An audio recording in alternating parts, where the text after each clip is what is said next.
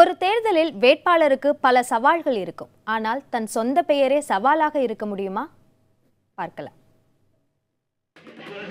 ஒரு தேர்தலில் வேட்பாளருக்கு பல சவால்கள் இருக்கும். ஆனால் தன் சொந்த பெயரே சவாலாக இருக்க முடியுமா?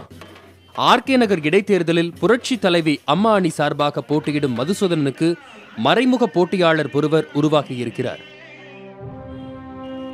மதுசூதனன் என்றே பெயர் கொண்ட திருவல்லிக்கேணியைச் சேர்ந்த வழக்கறிஞர் எஸ். மதுசூதனன் தான் அவர். ஆண்கள் மீது பொய் புகார்கள் கொடுக்கும் பெண்கள் மீது சட்ட ரீதியாக நடவடிக்கை எடுக்க ஆண்கள் பாதுகாப்பு இயக்கம் நடத்துகிறார் இந்த திருவல்லிக்கேணி மதுசூதனன். ஓபிஎஸ் அணியின் மதுசூதனனுக்கு எதிராக பெயர் குழப்பத்தை ஏற்படுத்தவே நீங்கள் தேர்தலில் நிறுத்தப்பட்டிருப்பதாக சொல்லப்படுகிறதே என்று கேட்கும்போது தன் கோபத்தை மறைத்துக் கொண்டு அவர் தரும் பதில் இதுதான். நீங்கள் சொல்லி தான் அதே ஒரு விஷயமா நான் தெரிஞ்சுக்கிறேன். நான் இது மாதிரி பெயரை மட்டுமே வச்சு மக்கள் ஓட்டு போடுறாங்கன்றதெல்லாம் ஏற்றுக்கொள்ள முடியாத ஒரு விஷயம். ஒருவேளை அப்படி பிரிஞ்சு வந்தாலும் எனக்கு சந்தோஷம்தான். வெற்றி பெறுவது தன் நோக்கமல்ல என்று சொல்லும் இவர் ஆளுங்கட்சிக்கு ஆதரவான வாக்குகளை பிரிக்கவே தான் தேர்தலில் நிற்பதாகவும் விளக்கம் அளிக்கிறார். ஆளும் அரசுக்கு எதிரான என்னோட எதிர்ப்பை பதிய வைக்கிறது ஒரு விஷயம். மக்கள்கிட்ட மனமாற்றம் ஏற்பட்டு ஒருவேளை எனக்கு ஓட்டு போட்டு தேர்ந்தெடுத்தாங்கன்னா மக்களுக்கு நல்லது செய்யலான்ற ஒரு எண்ணத்தில் தான் நிற்கிறேன்.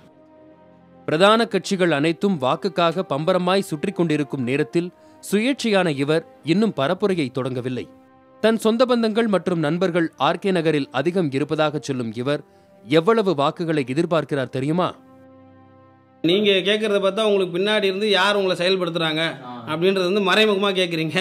அது மாதிரியான எந்த எண்ணமும் இல்லை. யார் வந்தாலும் எனக்கு சந்தோஷம் தான். ஆளும் அரசை தவிர்த்து, ஆளும் அதிமுக அரசை தவிர்த்து, இரண்டாக பிரிந்திருக்கிற அதிமுக அரசை தவிர்த்து வேற யார் வந்தாலும் எனக்கு சந்தோஷம். இப்போதைக்கு இருக்கிற நிலைமையில உங்களுக்கு எவ்வளவு ஓட்டு கிடைக்குங்க? குறைஞ்சபட்சமா ஒரு எதிர்பார்ப்பா இருக்கும்ல.